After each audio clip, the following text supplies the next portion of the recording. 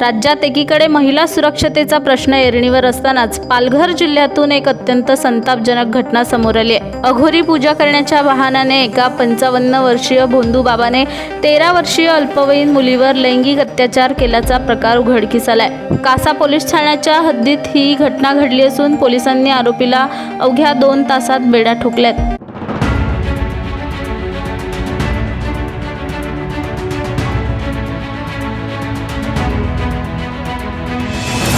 पालघर जिल्ह्याला पुन्हा एकदा अंधश्रद्धेच्या काळोखाचा फटका बसलाय। पीडित मुलीच्या मोठ्या बहिणीला मासिक पाळीदरम्यान होणारा रक्तस्राव थांबत नव्हता। याचाच फायदा घेत एका नराधम भोंदू बाबाने अघोरी पूजेचा बनाव रचला। औषधं देण्याच्या बहाण्याने या भोंदूने रात्री 12च्या सुमारास एका निर्जन स्मशानभूमीजवळ पीडित चिमुकलीला नेले आणि तिच्यावर अत्याचार केला। या घटनेची माहिती मिळताच पालघरचे पोलीस अधीक्षक यांनी तातडीने दखल घेतली आहे। अवघ्या 2 तासात आरोपीला अटक करण्यात आली आहे।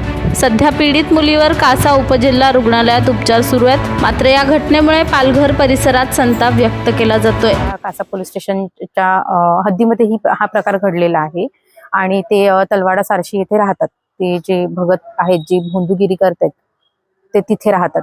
त्यांनी त्यांच्याशी व्यवस्थित समन्वय साधून आणि बालिकेला औषध देतोय असं त्यांना सांगून रात्री 12:30च्या सुमारास, काल रात्री 12:30च्या सुमारास त्या मुलीला ते चरी येथील एका स्मशानभूमीच्या इथे घेऊन गेले आणि तिथे तिच्यावरती लैंगिक अत्याचार केले।